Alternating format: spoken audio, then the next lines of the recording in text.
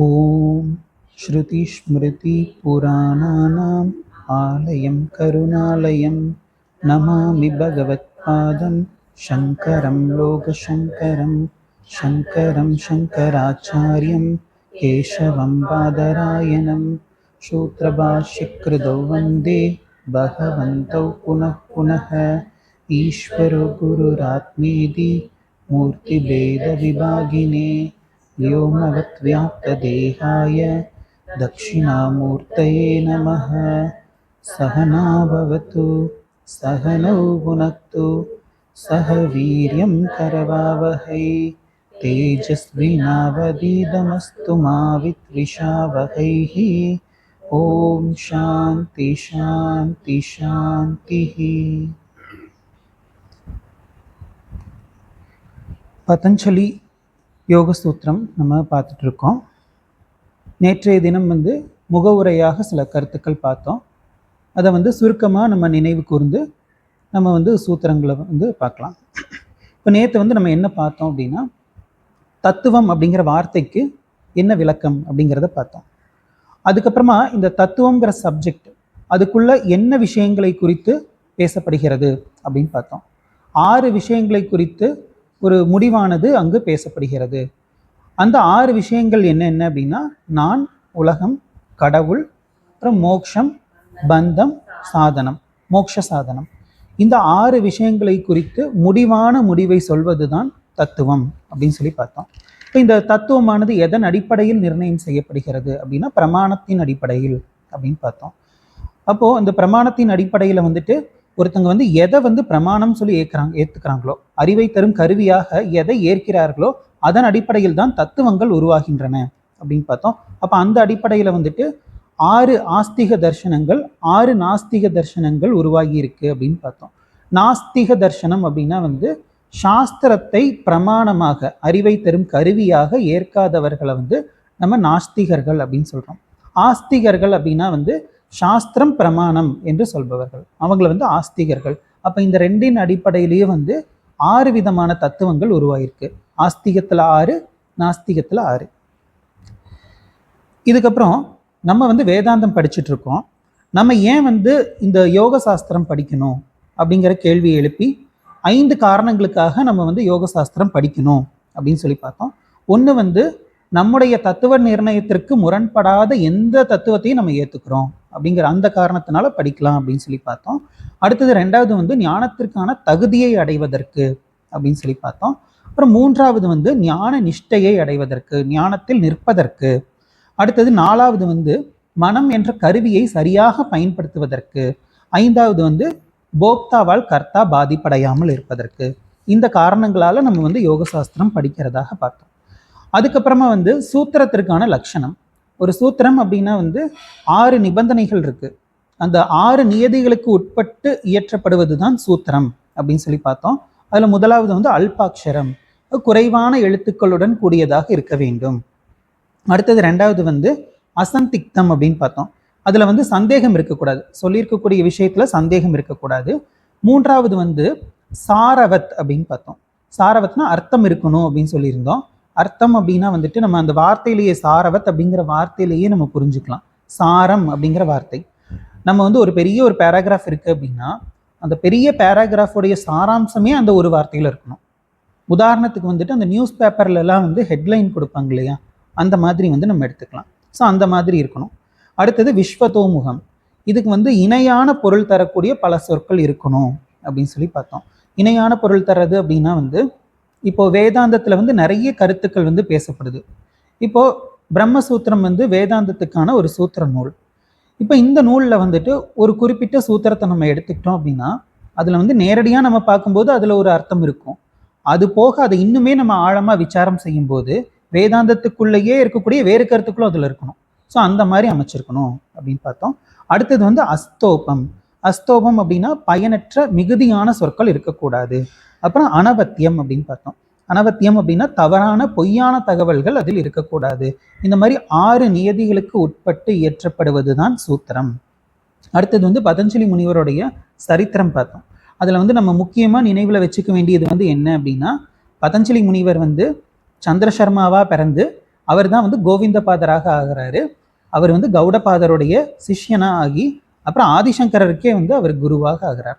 அப்போ பதஞ்சலி முனிவர் வந்து நம்முடைய குரு பரம்பரையில வந்து ஏதோ ஒரு விதத்துல சம்பந்தப்பட்டிருக்கார் அப்படிங்கிறத நம்ம பார்த்தோம். அதுக்கப்புறமா இந்த யோக சூத்திரம் வந்து எப்படி அமைஞ்சிருக்கு, அதனுடைய அமைப்பு முறை எப்படி இருக்கு அப்படிங்கிறத பார்த்தோம். இது வந்து 4 பாதங்களை கொண்டது அப்படின்னு பார்த்தோம். மொத்தமா வந்துட்டு 195 சூத்திரங்கள், சமாதி பாதம், சாதனா பாதம், விபூதி பாதம், கைவல்ய பாதம் அப்படின்னு சொல்லி 4 பாதங்களை கொண்டது இந்த யோக சூத்திரம் அப்படின்னு பார்த்தோம். அதுக்கப்புறம் பதஞ்சலி ஸ்துதி. இந்த பதஞ்சலி ஸ்துதி வந்து நம்ம ஒவ்வொரு வகுப்புக்கு முன்னாடியும் அந்த ஸ்துதி சொல்லிட்டு ஆரம்பிக்கிறதா சொல்லியிருந்தோம். இப்போ நம்ம சூத்திரங்களுக்குள்ள போக போறதுனால இந்த ஸ்துதியை வந்து நம்ம சொல்லிட்டு அதுக்கப்புறமா ஆரம்பிக்கலாம். ஓம் சொல்லுங்க. யோகேன சித்தஸ்ய பதேன வாசாம்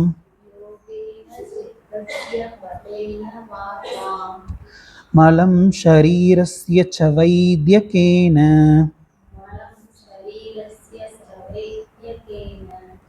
யோபாகரோதம் பிரவரம் முனீனாம்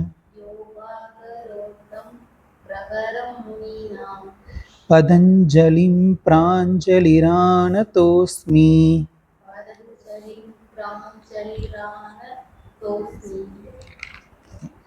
இது வந்து பதஞ்சலி முனிவர் வந்து 3 விதமான நூல்களை வந்து அருளி இருக்கிறார். அதில் வந்து ஒன்று வந்து இந்த யோக சூத்திரம், அப்புறம் இன்னொன்று வந்து ஆயுர்வேத சாஸ்திரம், அதுக்கப்புறமா 3வது வந்து மகாபாஷ்யம் என்று சொல்லப்படக்கூடிய இலக்கண நூல்.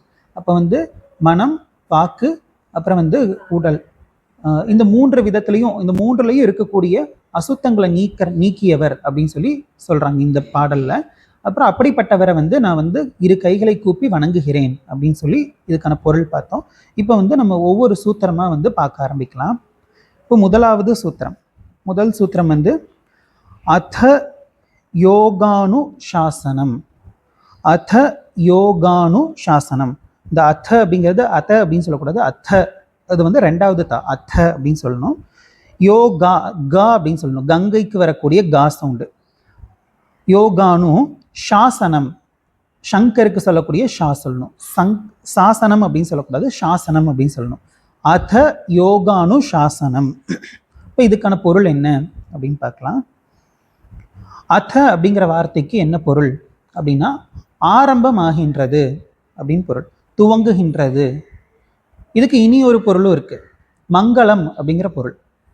இந்த அத அப்படிங்கிற வார்த்தை தான் வந்துட்டு நம்ம நேற்று சொல்லும்போது சொன்னோம், ஒவ்வொரு சூத்திர நூல்கள்லையும் வந்துட்டு இந்த அத்தங்கிற வார்த்தையோட தான் ஆரம்பமாகும் அப்படின்னு சொல்லி. இப்போ வந்து பிரம்மசூத்திர நூல் வந்துட்டு அதாத்தோ பிரம்ம ஜிக்ஞாசா அப்படின்னு சொல்லி ஆரம்பமாகும். அதே மாதிரி தர்மசாஸ்திரம், தர்மசூத்திரம், அது வந்து அதாத்தோ தர்ம ஜிக்ஞாசா அப்படின்னு சொல்லி ஆரம்பமாகும். அந்த மாதிரி இந்த யோக சாஸ்திரம் வந்து அத யோகானு சாசனம் அப்படின்னு சொல்லி ஆரம்பமாகுது. இந்த அத அப்படிங்கிறது வந்து ஆரம்பமாகுதுங்கிறது அர்த்தம். மங்களம் அப்படிங்கிற இனி ஒரு பொருளும் சொன்னோம். அதாவது இந்த சப்தமே அத அப்படின்னு சொல்லக்கூடிய இந்த சப்தமே வந்து ஒரு மங்களகரமான சொல் அப்படின்னு சொல்றாங்க. அது எப்படி வந்து ஒரு சப்தம் வந்து மங்களகரமான சொல்லா இருக்க முடியும் அப்படின்னா, இப்போ நம்ம ஒரு இடத்துக்கு போறோம், சுத்தியும் வந்து கெட்டி மேல சத்தமா கேட்குது அப்படின்னா அந்த சப்தத்தை வச்சு நம்ம என்ன முடிவுக்கு வருவோம்? அங்கே ஏதோ ஒரு மங்களகரமான காரியம் நடக்குது அப்படிங்கிற ஒரு முடிவுக்கு வருவோம். அப்போ எப்படி வந்து இந்த கெட்டி மேல சப்தம் வந்து நாதஸ்வர சப்தம் இதெல்லாம் வந்துட்டு அந்த சப்தமே மங்களத்தை குறிக்குதோ, அதே மாதிரி இந்த அத அப்படிங்கிற சப்தம் வந்து மங்களத்தை குறிக்கக்கூடிய ஒரு சொல்லாக இருக்கு. அடுத்தது வந்து யோகானு சாசனம். சாசனம், யோகானு சாசனம், இதுல வந்து 3 வார்த்தைகள் இருக்கு. ஒன்று வந்து யோக, அடுத்தது அணு, 3வது வந்து சாசனம். யோக அணு சாசனம். இப்போ யோக அப்படிங்கிறது வந்து இதுக்கான டெஃபினிஷன், இந்த யோகங்கிற வார்த்தைக்கான டெஃபினிஷன் வந்து நமக்கு வந்து அடுத்த சூத்திரத்துல சொல்லுவார். நம்ம சாதாரணமா வந்து யோகம் அப்படின்லாம் சொல்லுவோம். ஒருத்தங்களுக்கு வந்து அவங்க திடீர்னு பணக்காரங்க ஆயிட்டாங்க அப்படின்னா அவங்களுக்கு யோகம் அடிச்சிருச்சு அப்படிங்கிற மாதிரி நம்ம சொல்லுவோம். அந்த அர்த்தம் வந்து இங்க சொல்லப்படலை. அதே மாதிரி யோக அப்படின்னு சொன்னதுமே இது யோக சூத்திரத்துல இருக்கிறதுனால நம்ம வந்து இந்த பத்மாசனம், சிரசாசனம் இது மாதிரியான ஆசனங்கள் சொல்லப்பட்டிருக்கோ அப்படிங்கிற மாதிரி நினைச்சுக்குவோம். அதுவும் கிடையாது. ஆக்சுவலா வந்து இந்த பதஞ்சலி சூத்திரத்துல வந்து இந்த ஆசனம் குறித்து ஒரே ஒரு இடத்துல தான் பேசப்பட்டிருக்கு. இன்னைக்கு வந்து பத்மாசனம், சிரசாசனம் சொல்லி விதவிதமான ஆசனங்கள் செய்யறாங்க இல்லையா, இதை பற்றியெல்லாம் பதஞ்சலி முனிவர் சொல்லவே இல்லை. அது வந்து பிற்காலத்தில் வந்த ஆச்சாரியார்கள் வந்து அது செஞ்சு கொடுத்தது. அப்போ இந்த இடத்துல நம்ம இந்த மாதிரி பொருள் எல்லாம் எடுத்துக்க கூடாது. அதுக்கான டெஃபினிஷன் வந்து பதஞ்சலி முனிவரே அடுத்த சூத்திரத்தில் கொடுப்பார். அப்போ நம்ம விரிவாக பார்க்கலாம். அப்போ யோகா அப்படிங்கிறது நம்ம டெஃபினிஷன் மறுபடியும் பார்ப்போம். அப்புறம் அணு அப்படிங்கிற வார்த்தை இருக்குது. அப்புறம் சாசனம் அப்படிங்கிற வார்த்தை இருக்குது. இந்த அணுங்கிறது நம்ம அப்புறமா பார்க்கலாம். அதுக்கு முன்னாடி சாசனம் அப்படின்னு என்னன்னு பார்த்துக்கலாம். சாசனம் அப்படின்னா வந்துட்டு விளக்கம் அப்படின்னு அர்த்தம். இந்த இதுவே என் கட்டளையே சாசனம் அப்படின்னு சொல்லுவாங்க இல்லையா, அந்த மாதிரி இதுதான் வந்துட்டு இதனுடைய விளக்கம் அப்படிங்கிற விளக்கம். சாசனம்னா விளக்கம் அப்படின்னு அர்த்தம். சரி, இப்போ அணுங்கிற வார்த்தைக்கு என்ன பொருள் அப்படின்னு பார்க்கலாம். இந்த அணு அப்படிங்கிறது வந்துட்டு தொடர்ந்து அப்படின்னு அர்த்தம். அணுனா தொடர்ந்து. தொடர்ந்துன்னா எதை தொடர்ந்து? ஒரு சந்தேகம் வரும் இல்லையா, எதை தொடர்ந்து? இப்போ வந்து ஒரு இடத்துல ஒரு 10 பேர் பேசுகிறாங்க. நான் வந்து 8வது ஆளாக பேசுகிறேன்னு வச்சுக்கலாம். அப்போ வந்து அதை சொல்கிறவங்க வந்து எப்படி சொல்லுவாங்க? இத்தனை பேர் பேசுனாங்க, அவரை தொடர்ந்து இவர் பேசுவார் அப்படின்னு சொல்லுவாங்க. அப்போது அதை தொடர்ந்து அப்படின்னா அந்த இடத்துல வந்து நான் ஸ்டார்ட் பண்ணல, எனக்கு முன்னாடி யாரோ ஸ்டார்ட் பண்ணிட்டாங்க. அப்போ அதுதான் இந்த இடத்துல சொல்லப்படுது.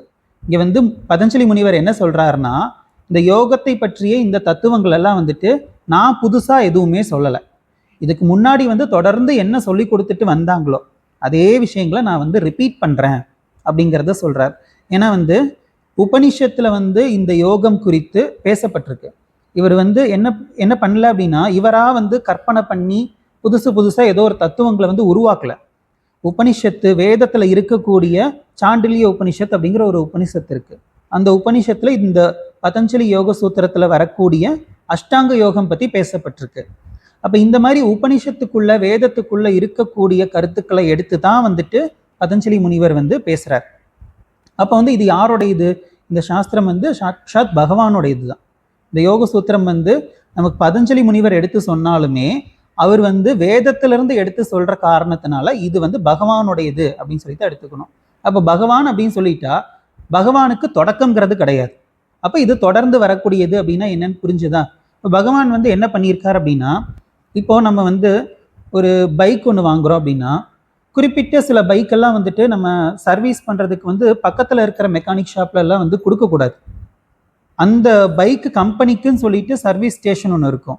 அந்த சர்வீஸ் ஸ்டேஷனில் கொண்டு போய் தான் நம்ம கொடுக்கணும். சர்வீஸ் பண்ணணும்னா அவங்ககிட்ட தான் கொண்டு போய் கொடுக்கணும். அதே மாதிரி சில டிவி எல்லாம் இருக்குது, அதை ஃபிட் பண்ணணும்னா கூட நம்மளா வந்துட்டு யாரையாச்சும் கூப்பிட்டெல்லாம் ஃபிட் பண்ணக்கூடாது. அவங்க வந்து தான் வந்து ஃபிட் பண்ணுவாங்க. ஏன் அப்படின்னா அதை உருவாக்குனவங்க யாரோ அவங்களுக்கு தான் வந்து அதை எப்படி சரி செய்யணும் அப்படிங்கிறது தெரியும். அதை எப்படி ஹேண்டில் பண்ணுறதுங்கிறது உருவாக்குனவங்களுக்கு நல்லாவே தெரியும். அதனால வந்து அவங்களையே கூப்பிடணும் அப்படின்னு சொல்லுவாங்க. அந்த மாதிரி பகவான் வந்து ஒரு சர்வீஸ் ஸ்டேஷன் வச்சிருக்கார் இந்த மனசுக்கு. அந்த மனசுக்கு வச்சிருக்கக்கூடிய சர்வீஸ் ஸ்டேஷன் தான் வந்துட்டு இன்னைக்கு நமக்கு டெக்ஸ்டாக வந்து பதஞ்சலி முனிவர் மூலமாக வந்திருக்கு. சரி, இப்போ இதைத்தான் வந்து நம்ம வந்து அணு அப்படின்னு சொல்கிறோம். அப்போ வந்து நம்ம இந்த சூத்திரத்தை வந்து படித்தோம் அப்படின்னா யோகத்தை பற்றி தொடர்ந்து பரம்பரையாக சொல்லப்பட்டு வந்த விளக்கமானது இப்போது மங்களத்துடன் ஆரம்பிக்கின்றது. இதுதான் வந்து இந்த சூத்திரத்துக்கான பொருள். இதில் வந்து என்னன்னா, நம்ம ஏற்கனவே பார்த்தோம், இந்த ஒரு சூத்திரத்தில் வந்து சப்ஜெக்ட் மேட்டர் என்ன, நான் வந்து எதை பற்றி பேச போகிறேன் அப்படிங்கிறத வந்து சொல்லிட்டார். நான் யோகத்தை பற்றி தான் பேச போகிறேன், ஸோ ப்ராமிஸ் பண்ணிட்டார். இனி இதை பற்றி தான் வந்துட்டு அவர் பேசுவார் அப்படிங்கிறது நமக்கு தெரிஞ்சிடும். நேற்று ஒரு எக்ஸாம்பிள் பார்த்தோம் இல்லையா, ஒரு ஸ்கூல் புக்கில் வந்துட்டு நம்ம ஃபஸ்ட்டு அந்த சாப்டர் ஓப்பன் பண்ணி பார்த்தா லேர்னிங் ஆப்ஜெக்டிவ்ஸ் அப்படின்னு சொல்லி இருக்கும். அதில் வந்து அந்த சாப்டருக்குள்ளே எதை பற்றி சொல்ல போகிறாங்களோ அதை வந்து சுருக்கமாக நீ இதை பற்றி தான் தெரிஞ்சுக்க போகிறேன்னு சொல்லியிருப்பாங்க. அந்த சாப்டருக்குள்ளே அதனுடைய விளக்கம் தான் இருக்கும். அந்த மாதிரி இந்த யோக சூத்திரத்தில் வந்துட்டு முதல் சூத்திரம் வந்துட்டு என்ன விஷயங்கிற அந்த சப்ஜெக்ட் மேட்டர் வந்து சொல்லிட்டார். இனி இதை பற்றி தான் வந்துட்டு அடுத்தடுத்த சூத்திரங்களில் வந்து பேசுவார். இதோட வந்து முதல் சூத்திரம் வந்து நிறைவடையுது. நீ ரெண்டாவது சூத்திரம்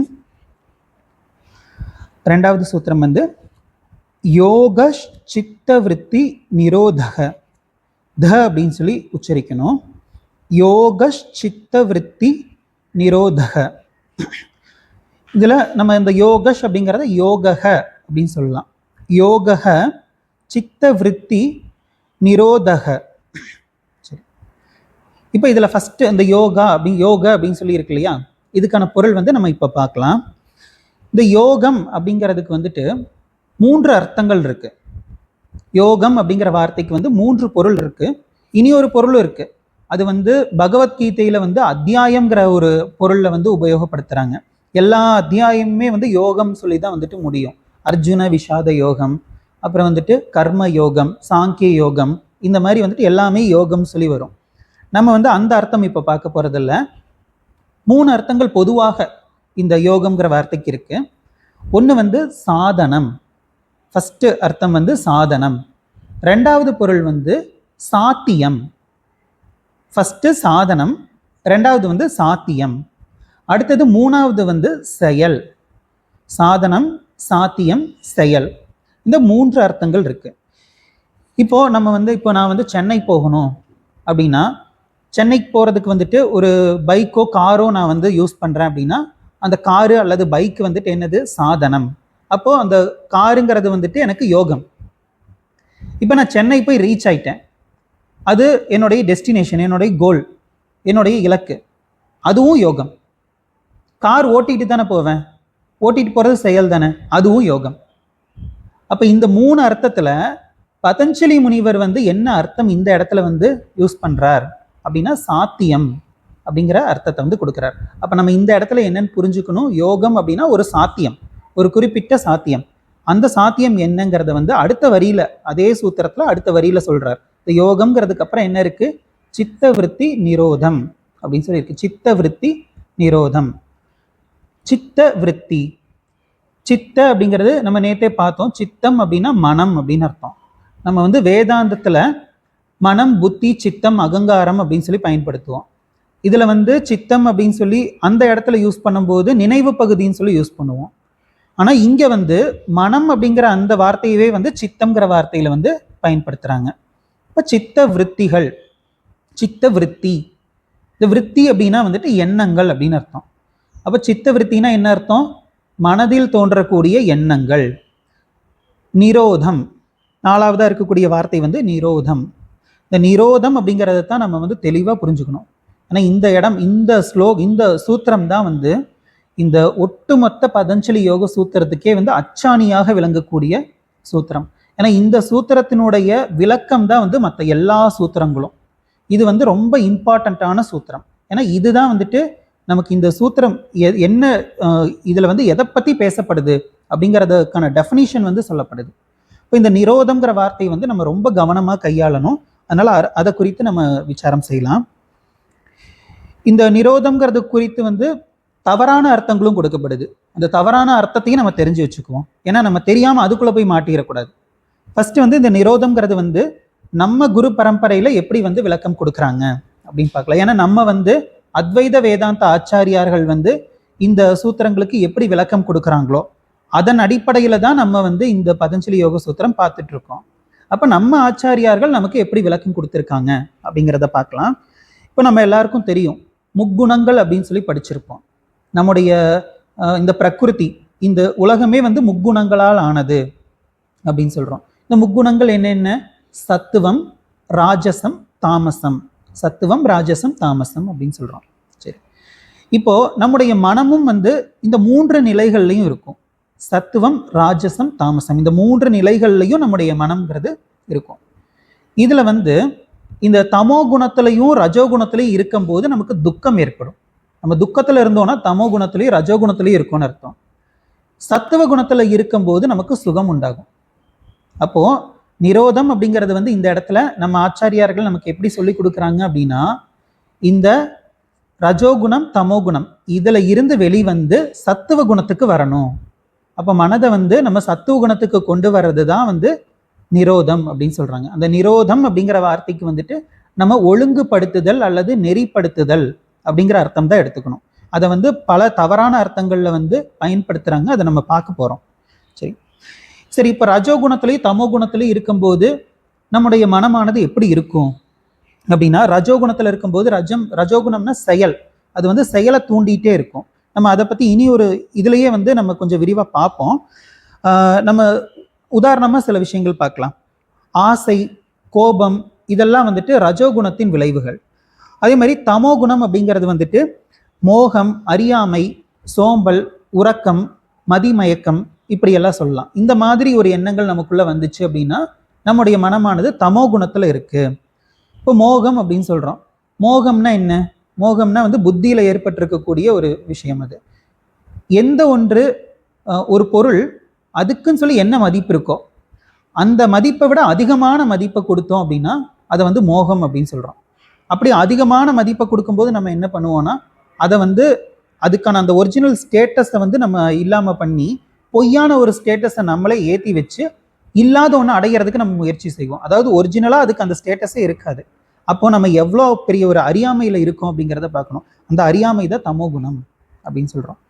இப்போ இந்த சித்தத்தினுடைய நிலைகள், அவஸ்தைகள் அப்படின்னு சொல்லுவாங்க சமஸ்கிருதத்தில். அவஸ்தை அப்படின்னா நிலை. நம்ம சாதாரணமாக வந்து நான்லாம் ரொம்ப அவஸ்தைப்பட்டிருக்கேன் அப்படின்னு சொல்லுவோம். அந்த அவஸ்தைனா கஷ்டம் அப்படிங்கிற அர்த்தத்தில் வந்து நம்ம சொல்கிறோம். ஆனால் வந்து அவஸ்தை அப்படின்னா நிலை அப்படின்னு அர்த்தம். சித்தத்தின் 5 அவஸ்தைகள் அப்படின்னு சொல்லி சில விளக்க ஆச்சாரியார்கள் வந்து நமக்கு வந்து விளக்கம் கொடுக்குறாங்க. அதையும் நம்ம பார்க்கலாம். இந்த மனமானது 5 நிலைகளில் இருக்கு அப்படின்னு சொல்றாங்க. அதாவது இதே 3 குணங்களை அடிப்படையா வச்சுதான் வந்துட்டு அந்த 5 நிலைகளை வந்து சொல்றாங்க. அதுல ஃபர்ஸ்ட் நிலை வந்து என்ன அப்படின்னா க்ஷிப்தம், க்ஷிப்தம் அப்படின்னு சொல்றாங்க. ஃபர்ஸ்ட் நிலை வந்து க்ஷிப்தம். இந்த வார்த்தைகள் எல்லாம் வந்து பரிபாஷா அப்படின்னு சொல்லுவாங்க. பரிபாஷா அப்படின்னா இதெல்லாம் யோக மதத்துல பயன்படுத்தக்கூடிய வார்த்தைகள். நம்ம இதை வந்து டிக்ஷனரியில போய் பார்த்தோம்னா அதுல வந்து வேற ஒரு அர்த்தம் இருக்கும். இப்போ உதாரணத்துக்கு சொல்றதா இருந்தா ப்ராடக்ட் அப்படிங்கிற ஒரு வார்த்தை இருக்கு. இந்த வார்த்தை வந்து எக்கனாமிக்ஸு, காமர்ஸு இந்த மாதிரி சப்ஜெக்ட்ல வந்து பயன்படுத்தும் போது நம்ம வந்து பொருள் அப்படிங்கிற அர்த்தத்துல பயன்படுத்துவோம். அதுவே மேக்ஸில் ப்ராடக்ட் அப்படின்னு சொல்லும்போது ப்ராடக்ட் ஆஃப் 2 நம்பர்ஸ் அப்படின்னு சொல்லும்போது அதை மல்டிப்ளை பண்ணிடுவோம், பெருக்கிடுவோம். அப்போ அந்தந்த சப்ஜெக்டுக்கு தகுந்த மாதிரி ஒரு வார்த்தை வந்து மாறுது இல்லையா? அதை தான் வந்து பரிபாஷா அப்படின்னு சொல்கிறோம். அப்போ இந்த க்ஷிப்தம் அப்படிங்கிற இந்த வார்த்தை வந்து ஒரு பரிபாஷை. இது வந்து யோக சாஸ்திரத்தில் பயன்படுத்தக்கூடிய ஒரு வார்த்தை. இது வந்து என்ன அப்படின்னா இந்த க்ஷிப்தம் அப்படிங்கிறது வந்து நம்முடைய மனம் வந்து ரஜோகுணத்தோடைய தூண்டுதலால ஏதாவது ஒரு விஷயத்தை அடையணும் அப்படிங்கிற அந்த தீவிரம் வந்து இருந்துகிட்டே இருக்கும். அதாவது ஆசையினுடைய அழுத்தத்தினால நம்ம வந்து எப்படியாச்சும் இதை அடைஞ்சிடணும் அப்படிங்கிற அந்த தீவிரத்தன்மைங்கிறது வந்து மனசுல இருந்துகிட்டே இருக்கும். அப்படிப்பட்ட எண்ணங்கள் நமக்கு தொடர்ந்து வந்துகிட்டே இருந்தா நம்ம வந்து இந்த அவஸ்தையில, முதலாவது அவஸ்தை க்ஷிப்தம்ங்கிற அவஸ்தையில நம்ம இருக்கோம். அடுத்தது 2வது வந்து விக்ஷிப்தம். அந்த முதல் வார்த்தைக்கு முன்னாடி வி அப்படிங்கிற ஒரு வார்த்தையை வந்து ஒரு எழுத்தை வந்து சேர்த்திடுறோம். இது வந்து என்ன அப்படின்னா இந்த ஆசைகள் வந்து நிறைய சேர்ந்து நமக்கு வந்து ஒரு தெளிவின்மை, எதை அடைகிறது எதை அடைய வேண்டாங்கிறதே தெரியாத அளவுக்கு ஒரு தெளிவின்மையை வந்து உருவாக்கிடும். அப்படி ஒரு நிலையில இருந்தோம் அப்படின்னா அது வந்து விக்ஷிப்தம் அப்படின்னு சொல்றோம். அடுத்தது வந்து மூடம் அப்படின்னா வந்து உதாசீனப்படுத்துதல். நிறைய ஆசை சேர்ந்ததுக்கு அப்புறம் எதை அடைகிறதுன்னு இல்லாம நம்ம வந்து முதல்ல பார்த்தது, இதுக்கு முன்னாடி பார்த்தது வந்து ஒரு தெளிவின்மை அப்படின்னு சொல்லி பார்த்தோம். இங்க வந்து அந்த தெளிவின்மை இன்னும் கொஞ்சம் மாறி எதையுமே அடைய வேண்டாம் போ அப்படின்னு சொல்லி அப்படியே கிடப்போம். நமக்கு வந்து ஒரு என்ன சொல்றது, ஒரு எது அதர்மம் எது தர்மம் இது கூட தெரியாத அளவுக்கு நம்ம ஆயிடுவோம். இது வந்து தமோகுண தூண்டுதலால் ஆகக்கூடியது. நம்ம ஏற்கனவே வந்து தமோகுணம் அப்படிங்கிறது அறியாமை, மோகம் அப்படின்னு சொல்லி பார்த்தோம் இல்லையா? அப்போ அறியாமை, மோகம், இந்த மோகத்துல இருக்கும்போது வந்துட்டு இந்த புத்திக்கு எது சரி எது தப்புங்கிறது தெரியாது. அப்ப அந்த நிலையில வந்துட்டு நம்ம எதையுமே உதாசீனப்படுத்துவோம், யாரையும் வந்து மதிக்க மாட்டோம். அப்படி ஒரு நிலைக்கு நம்ம வந்தோம் அப்படின்னா நம்ம மூடம் அப்படிங்கிற ஒரு நிலையில இருக்கோம்னு அர்த்தம். அடுத்தது வந்துட்டு ஏகாகிரம் அப்படின்னா நீண்ட நேரம் ஒரே விஷயத்துல வந்து தொடர்ந்து சிந்திக்கிறது. இப்படிப்பட்ட ஒரு நிலையில நம்மளால இருக்க முடிஞ்சது அப்படின்னா ஏகாகிரம் அப்படிங்கிற நிலையில இருக்கும்னு அர்த்தம். இதை வந்து சவிகல்ப சமாதி அப்படின்னு நம்ம சொல்லலாம். இப்போ 4வது வந்துட்டு ஏகாகிரம் ஈக்குவல் டு சவிகல்ப சமாதி அப்படின்னு சொல்லலாம். அடுத்தது 5வது வந்து நிருக்தம் அப்படிங்கிறது வந்து நம்ம எந்த விஷயத்தை எடுத்துக்கிட்டோமோ அந்த விஷயத்திலேயே ஒன்றி விடுதல். அது வேற நான் வேறங்கிற மாதிரி இல்லாம ஆயிடுறது. இந்த லவ்வர்ஸ் எல்லாம் கொஞ்சம் காலத்துக்கு வந்துட்டு நீ வேற நான் வேற இல்லை அப்படின்னு சொல்லுவாங்க இல்லையா? அந்த மாதிரி ஆகிறது. அது வந்து சாந்த ஸ்வரூபம். நம்ம வந்து இதை வந்து நிர்விகல்ப சமாதி அப்படின்னு சொல்லலாம். இப்போ 5 அவஸ்தைகள் நம்ம பார்த்துருக்கோம். க்ஷிப்தம், விக்ஷிப்தம், அடுத்தது மூடம், 4வது ஏகாகிரம், அடுத்தது 5வது நிருக்தம். இப்போ இதுல வந்து முதல் 3 ஸ்டேஜ் இருக்கு இல்லையா? அந்த முதல் 3 ஸ்டேஜை கடந்து 4வது அல்லது 5வது இந்த நிலையில இருக்கக்கூடியது தான் வந்துட்டு இந்த இடத்துல வந்துட்டு சித்தவிருத்தி நிரோதம் அப்படின்னு சொல்றாங்க.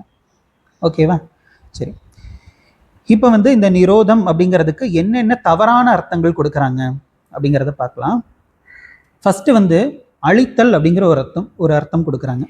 நம்ம ஆல்ரெடி பார்த்தோம், நம்முடைய அத்வைத வேதாந்த ஆச்சாரியார்கள் வந்து இந்த பதஞ்சலி யோக சூத்திரத்துக்கு வந்து எப்படி விளக்கம் கொடுக்குறாங்களோ அதன் அடிப்படையில தான் நம்ம பார்த்துட்டு இருக்கோம். மற்ற ஆச்சாரியார்கள் வந்து எப்படி வேணா கொடுக்கலாம். அதுல ஒண்ணுதான் இந்த அழித்தல் அப்படிங்கிறது. மனசை வந்து அழிச்சிடணும், இது நிறைய பேர் சொல்லுவாங்க. அதுக்கு ட்ரை பண்ணி தற்கொலை பண்ணிக்குவாங்க. அப்படி தற்கொலை பண்ணா அவங்க உடல் தான் அழியுமே ஒழிய மனம் வந்து அழியவே அழியாது. அப்போ மனம் வந்து அழிக்க முடியாது, என்ன பண்ணாலுமே வந்து மனம்ங்கிறது அழியவே அழியாது. ஸோ இது வந்து ஒரு தவறான பொருள் அப்படின்னு சொல்றோம். அடுத்தது வந்து அடக்குதல், மனசை வந்து அடக்கி வைக்கணும், மனசை அடக்கு. நிறைய பேர் இந்த வார்த்தையும் சொல்லுவாங்க, மனசை அடக்கணும், அது வந்து அலப்பாஞ்சிக்கிட்டே இருக்கும், இப்படி எல்லாம் சொல்லுவாங்க. இந்த அடக்குதல் அப்படிங்கிறது கூட வந்துட்டு தவறான பொருள். ஏன்னா ஒரு விஷயத்தை வந்து நம்ம எவ்வளோக்கு எவ்வளோ அடக்கி வைக்கிறோமோ அதை விட பல மடங்கு அது வந்து ஸ்பீடாக வெளியே வரும். இப்போ உதாரணத்துக்கு வந்துட்டு இந்த பிளாஸ்டிக் பால் இருக்கு, இந்த பாலை வந்து தண்ணிக்குள்ளே போட்டு அழுத்துறோம் அப்படின்னா விட்டதுக்கப்புறம் என்ன ஆகும், பயங்கர ஃபோர்ஸாக அது வந்து மேலே வரும். நம்ம எவ்வளோக்கு எவ்வளோ அழுத்துறோமோ அதை விட பல மடங்கு அதிகமாக வந்துட்டு அது மேலே வருது இல்லையா? அந்த மாதிரி எண்ணங்களை வந்து நம்ம அடக்க அடக்க அது என்ன ஆகும் அப்படின்னா அதை விட ஃபோர்ஸாக வந்து நமக்கு வந்துக்கிட்டே தான் இருக்கும். ஸோ அதனால அடக்குதல் அப்படிங்கிறதும் கூட சரியான பொருள் கிடையாது. அடுத்தது வந்து ஒடுக்குதல், மனசை வந்து ஒடுக்கணும் அப்படின்னு சொல்லி தியானத்தில் உட்காந்துருவாங்க நிறைய பேர். ஆக்சுவலாக தியானத்துலன்னு கிடையாது, தூக்கத்தில் கூட வந்து மனசுங்கிறது ஒடுங்கி தான் இருக்கு. இப்போ நம்ம தூங்குறதுக்கு முன்னாடி ஒருத்தர்கிட்ட பயங்கரமாக சண்டை போட்டு தூங்கியிருக்கோம். எந்திரிச்சதுமே அவர் அப்படி கண்ணு முன்னாடி நிற்கிறார். நமக்கு வந்து அவர்கிட்ட சண்டை போட்டது ஒரு 5 நிமிஷம் தான், ஆனால் தூங்குனது வந்து ஒரு 8 மணி நேரம் தூங்கியிருப்போம். 8 மணி நேரம் வரைக்கும் ஒடுங்கி இருந்த மனம் அந்த 5 நிமிஷம் சண்டை போட்டதை நினச்சி மறுபடியும் வந்து அதே பழைய நிலைக்கு தானே வருது. அப்போ ஒடுக்குதல் அப்படிங்கிறது கூட வந்து ஒரு பலனை கொடுக்காதுங்கிறது நமக்கு தெரியுதே. அப்போ ஒடுக்குதல்ங்கிறது கூட வந்து தவறான பொருள். ஸோ இப்படியாக இந்த நிரோதம் அப்படிங்கிறத வந்து நம்ம சரியாக புரிஞ்சுக்கணும். சரி, இத்துடன் 2வது சூத்திரத்தினுடைய விளக்கமானது நிறைவடைகிறது. இப்போ 3வது சூத்திரத்துக்குள்ள போகலாம். இப்போ முதல் 2 சூத்திரத்தில் வந்து என்ன சொல்லியிருக்காரு, 1வது சூத்திரத்தில் வந்து யோகத்தை பற்றி பேச போகிறோம் அப்படின்னு சொல்லி சொன்னார். 2வது வந்துட்டு யோகம்ங்கிறது வந்து சித்த விருத்திகளை நிரோதம் செய்தல். இதை வந்து நம்ம ஞாபகம் வச்சுக்கணும். யோகம் அப்படிங்கிறது வந்து மனதில் தோன்றக்கூடிய எண்ணங்களை ஒழுங்குபடுத்துதல் அல்லது நெறிப்படுத்துதல். இப்போ அடுத்த 2 சூத்திரத்தில் வந்து என்ன சொல்ல போறார் அப்படின்னா, 3வது சூத்திரத்தில் வந்து இதனுடைய பலன், நம்ம வந்து அப்படி நெறிப்படுத்திட்டா நமக்கு என்ன நடக்கும் அப்படிங்கிறத சொல்லுவார். 4வது சூத்திரத்தில் வந்து அப்படி நெறிப்படுத்தலைன்னா என்ன நடக்கும், இந்த 4ஐயும் சொல்லுவார். சரி, இந்த 2ஐயும் சொல்லுவார். சொல்லிட்டு அதுக்கப்புறமா வந்து மனசை வந்து விரிவாக விசாரம் செய்வார். அப்போ இந்த முதல் 4 சூத்திரங்கள் வந்து இந்த யோக சூத்திரத்துக்கான அறிமுக சூத்திரங்கள். நம்ம ஏற்கனவே வந்து இந்த கருத்தை சொல்லியிருப்போம். முதல் 4 சூத்திரங்கள் வந்து யோக சூத்திரத்துக்கான அறிமுக சூத்திரங்கள். இப்போ இதில் வந்து 3வது சூத்திரம் வந்து என்ன சொல்லுது அப்படின்னா, ததா தா அப்படின்னு சொல்லணும். ததா திரஷ்டுஹு ஸ்வரூபே அவஸ்தானம். தா அப்படின்னு சொல்லணும், வெறும் தான் சொல்லக்கூடாது, கொஞ்சம் அழுத்தி சொல்லணும். தா. ததா திரஷ்டுஹு ஸ்வரூபே அவஸ்தானம். சரி, இப்போ ஒவ்வொரு வார்த்தையா நம்ம வந்து பொருள் பார்க்கலாம். ததா அப்படின்னா அப்பொழுது அப்படின்னு அர்த்தம். அப்பொழுதுன்னா எப்பொழுது? நமக்கு இதுக்கு முன்னாடி என்ன சொன்னார், சித்த விருத்திகளை நிரோதம் செய்யணும் அப்படின்னு சொன்னார் இல்லையா? அப்பொழுது, அதாவது சித்த விருத்திகளை நிரோதம் செய்யும் பொழுது. அப்போ திரஷ்டுகு, திரஷ்டுகுனா பார்ப்பவன் அப்படின்னு அர்த்தம். இந்த திரஷ்டுகுங்கிறது வந்து நம்ம விரிவா விசாரம் செய்ய போறோம், அதனால இதை வந்து அப்புறமா விசாரம் செய்யலாம். மீதி 2 வார்த்தைக்கும் என்ன பொருள்ங்கிறத பார்த்துட்டு அதுக்கப்புறமா இந்த திரஷ்டுகு அப்படிங்கிறத வந்து நம்ம விரிவா விசாரம் செய்யலாம். இப்போ ஸ்வரூபே அவஸ்தானம் அப்படின்னு சொல்லி சொல்றோம் இல்லையா, இதுக்கு என்ன பொருள் அப்படின்னு பார்க்கலாம். ஸ்வரூபே, ஸ்வரூபம் அப்படிங்கிறது எல்லாருக்கும் தெரியும், ஸ்வரூபம். அவஸ்தானம், அவஸ்தானம்னா வந்து அதில் இருத்தல். அப்போ ஸ்வரூபத்தில் இருத்தல். ஸ்வரூபே அவஸ்தானம்னா ஸ்வரூபத்தில் இருத்தல். அப்போ சித்தவிருத்திகளை நிரோதம் செய்யும் போது அவன் தன்னுடைய ஸ்வரூபத்தில் இருக்கிறான். இதைத்தான் சொல்றார். ஆக்சுவலாக இது வந்து மோட்ச லட்சணம் வந்து இந்த இடத்துல பேசுறார். அது எப்படி அப்படின்னா, அந்த திரஷ்டுகுங்கிற வார்த்தைக்கு நம்ம பொருள் பார்த்தோம் அப்படின்னா நமக்கு புரிஞ்சிடும். திரஷ்டுகு அப்படின்னா வந்து பார்ப்பவன் அப்படின்னு பொருள். நம்ம வந்து திருஷ்டி பற்றுச்சு அப்படின்னு சொல்றோம். திருஷ்டிங்கிறது எப்படி படும்? அவங்க பார்க்கறதுனால தான் திருஷ்டி படும். அப்போ பார்க்கறதுக்கு பேர் வந்து திருஷ்டி அப்படின்னு சொல்கிறோம். திருஷ்ட, திருக் திருஷ்யம், இந்த மாதிரி எல்லாம் நம்ம வந்து கேள்விப்பட்டிருப்போம். இந்த மாதிரி திரஷ்டுஹு அப்படிங்கிறது வந்து பார்ப்பவன் அப்படின்னு அர்த்தம். நம்ம நேற்று வந்து ஒரு உதாரணம் பார்த்தோம். என்ன உதாரணம்னா, இந்த பேனா இப்படி நான் முன்னாடி வச்சுக்கிட்டேன். இப்போ இது வரைக்கும் என் முன்னாடி எத்தனை பொருள் இருக்குது அப்படின்னு சொல்லி கேட்டதுக்கு எல்லாருமே வந்து ஒரே ஒரு பொருள் தான் இருக்குது அப்படின்னு சொல்லி சொன்னாங்க. ஆனால் நான் சொன்னேன் கிடையாது, 2 பொருள் இருக்குது அப்படின்னு சொல்லி சொன்னேன். இது வரைக்கும் என் முன்னாடி இருக்கிறது வந்து 2 பொருள் அப்படின்னு சொன்னேன். யாருக்குமே புரியல. எப்படி 2 பொருள்? ஒரு பொருள் தானே இருக்குது. ஒருவேளை இந்த பேனால வந்து இது தனியாக கழட்டி சொல்கிறாங்களோ அப்படிங்கிற மாதிரி புரிஞ்சுக்கிட்டாங்க நிறைய பேர். அப்புறம் அப்படியெல்லாம் கிடையாது, நான் இந்த ரீஃபில் இது எல்லாத்தையும் சேர்த்தி தான், இந்த மூடி ரீஃபில் எல்லாத்தையும் சேர்த்தி ஒரு பொருள்னு சொல்கிறேன் அப்படின்னு சொல்லி சொன்னேன். கடைசி வரைக்கும் கண்டுபிடிக்கவே முடியல. அப்புறம் நான் சொன்னேன், என்னுடைய கண்ணாடி தான் முதல் பொருள் அப்படின்னு சொன்னேன். இப்போது நான் வந்து என்னுடைய கண்ணாடி வழியாக பார்க்குறேன். இப்போ கண்ணாடி வழியாக பார்க்கும்போது ஒரு ரூம்குள்ளே வந்து எத்தனை பொருள் இருக்குது அப்படின்னு சொல்லி அங்கே பார்த்து சொல்கிறாங்கன்னா நான் 100 பொருள் இருக்குன்னு சொல்லிடுவேன். ஆனால் என்னுடைய கண்ணாடியை விட்டுருவேன். ஏன் அப்படின்னா கண்ணாடி வழியாக நான் பார்க்குறேன். அப்போ கண்ணாடின்னு ஒன்று இருக்கிறதே எனக்கு தெரியாது. கண்ணாடி வழியாக பார்க்கும் பொழுது கண்ணாடின்னு ஒன்று இருக்கிறதே எனக்கு தெரியாது. அப்போது பார்ப்பவன் யாரு? நான். இந்த கண்கள் பார்க்குது. இந்த கண்ணாடிங்கிறது வந்து அது வழியாக அதை உபயோகப்படுத்தி நான் பார்க்குறேன். அப்போ எதை நான் உபயோகப்படுத்தி பார்க்குறேனோ அது நான் கிடையாது தானே, பார்ப்பவன் தானே நானாக இருக்க முடியும். அப்போது இந்த உடலோட இந்த கண்ணாடிங்கிறது ஐக்கியம் ஆயிடுச்சு எனக்கு. நான் வேற, இந்த கண்ணாடி வேறங்கிற மாதிரி இல்லாமல் இந்த கண்ணாடி வந்து என்னோட ஒன்றா சேர்ந்துருச்சு. அதனால் எனக்கு வந்து ஒரு பொருளை இப்படி முன்னாடி காட்டினா ஒரு பொருள் தான் இருக்குன்னு சொல்கிறதுல ஒரு நியாயம் இருக்குது. ஆனால் நீங்கள் கூட வந்துட்டு என்னில் ஒரு பகுதியாக இந்த கண்ணாடியை பார்க்குறீங்க. அப்போ அந்த அளவுக்கு வந்து நம்ம வந்து சிந்திக்க மாட்டேங்கிறோம். அப்போ கொஞ்சம் சிந்திச்சோன்னா இந்த திரஷ்டுகு, உண்மையான திரஷ்டுகுன்னா என்னங்கிறது தெரிஞ்சிடும் நமக்கு. சரி, இப்போ கண்ணாடி வழியாக நான் பார்க்குறேன், கண்களை பயன்படுத்தி பார்க்குறேன் இல்லையா? அப்போ கண்கள் வழியாக தான் நான் பார்க்குறேன். கண்கள் வழியாகவும் கண்ணாடி வழியாகவும் தான் நான் பார்க்குறேன். அப்போ கண்களும் வந்துட்டு கண்ணாடி மாதிரி தானே. சரி, அப்போது கண்ணையும் பார்க்குறவன் ஒருத்தர் இருக்காங்கிறது இதுலேருந்து நமக்கு தெரியுது. இப்போ கண்ணை எது பார்க்குது அப்படின்னு பார்த்தா கண்ணை வந்து மனம் பார்க்குதுன்னு சொல்லலாமா? அப்போது மனம் வந்து கண்களின் வழியாக இந்த உலகத்தை பார்க்கிறது. கண்கள் அப்படின்னா நம்ம வெறும் கண்கள் மட்டும் எடுத்துக்க வேண்டாம், 5 புலன்களையும் எடுத்துக்கலாம். 5 புலன்களின் வழியாக இந்த உலகத்தை பார்க்கிறது. ஏன்னா தொட்டு பார்த்தேன், மோந்து பார்த்தேன் இப்படி எல்லாம் சொல்கிறோம் இல்லையா? அதுவும் பார்த்தல் அப்படிங்கிற வார்த்தையை தான் நம்ம சொல்கிறோம். அப்போ வந்து 5 புலன்களின் வழியாக நம்முடைய மனமானது இந்த உலகத்தை பார்த்து கொண்டு இருக்கின்றது. சரி, மனம் மட்டும்தான் இப்போ பார்த்துட்டு இருக்கா, மனதை எதுவுமே பார்க்கலையா அப்படின்னு சொல்லி பார்த்தா மனதையும் ஏதோ ஒன்று பார்த்துட்டு இருக்கு. அது எது அப்படின்னா புத்தி. இப்போ இந்த புத்தி வந்து மனதை பார்க்கிறது. இப்போ இந்த புத்தியையும் ஒன்று பார்த்துட்டு தானே இருக்கு. அது எது அப்படின்னா அதுதான் சுத்த சைதன்யம் அப்படின்னு சொல்கிறோம். அப்போது அந்த சுத்த சைதன்யம் வந்து எப்படி இருக்கணும் அப்படின்னா எது கூடவும் சம்மந்தப்படாமல் இருக்கணும். ஏன்னா அந்த சுத்த சைதன்யம் மற்ற அனைத்தின் வழியாக இந்த உலகத்தை பார்க்கிறது. நான் ஒரு பொருளை பார்க்குறேன் அப்படின்னா நான் கண்களின் வழியாக பார்த்துட்டு இருக்கேன். ஆனால் உண்மையான நான் அப்படிங்கிறது கண்கள் கிடையாது.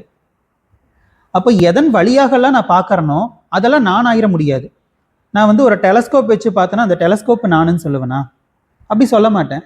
அப்போ இந்த மனதின் வழியாக இந்த உலகத்தை பார்க்கும்போது மட்டும் இந்த மனம் நான் அப்படின்னு சொல்லி சொல்கிறேன் இல்லையா? என்ன காரணம்னா சித்தவிருத்தி நிரோதம் செய்யலை, அது சொல்லுவார் அடுத்து. அப்போது சித்தவிருத்தி நிரோதம் செய்தவன் பார்ப்பவனாக இருக்கிறான் அப்படின்னு சொல்கிறார். இந்த விளக்கம் எல்லாம் வந்து அவர் சொல்லலை, நம்ம எடுத்துக்கணும். நம்ம ஆல்ரெடி வந்து விஸ்வத்தோமுகம் அப்படின்னு சொல்லி பார்த்தோம் இல்லையா? அதாவது இந்த இடத்துல சாதாரணமாக ஒருவன் அப்படின்னு கூட அவர் சொல்லியிருக்கலாம். அப்படி சொல்லாமல் திரஷ்டுகுங்கிற வார்த்தையை பயன்படுத்துகிறார் இல்லையா? அந்த பார்க்குறவன் வந்து பார்த்துட்டு மட்டும்தான் இருப்பான், வேற எதுலையும் பங்கு பெற முடியாது. இப்போ இந்த கண்ணாடிக்கு ஏதாவது ஒரு பிரச்சனை அப்படின்னா அந்த கண்ணாடி வழியாக பார்ப்பவனுக்கு அதனால ஒரு பிரச்சனையும் கிடையாது, கண்ணாடிக்கு தான் பிரச்சனை. அந்த மாதிரி மனதின் வழியாக ஏதாவது ஒன்று பார்க்கும்போது மனசுக்கு ஒரு பிரச்சனை இருக்குன்னா அது மனசோடைய பிரச்சனை, என்னோட பிரச்சனை கிடையாது. அப்போ பார்ப்பவன் வந்து எந்த பிரச்சனையிலையும் சிக்கியிருக்க மாட்டான். அந்த ஒரு லட்சணத்தை தான் இந்த இடத்துல சொல்றார்.